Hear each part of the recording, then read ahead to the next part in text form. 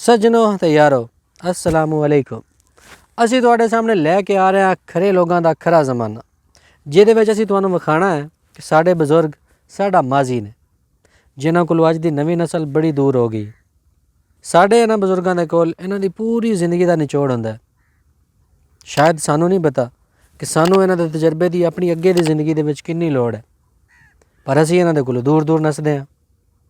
पिछली सदी दे साडे सारे बजुर्ग हौले हौले साडे कोलों दूर जा रहे हैं ते अपनी जिंदगी का सारा तजर्बा अपने नाल ही लैके जा रहे हैं। असी अपने चैनल खरा जमाना के जरिए इन्हां दी जिंदगी के खूबसूरत लम्हिਆਂ ਨੂੰ कैच कीता है, कैच करके तो तुहाडे सामने पेश कर रहे हैं।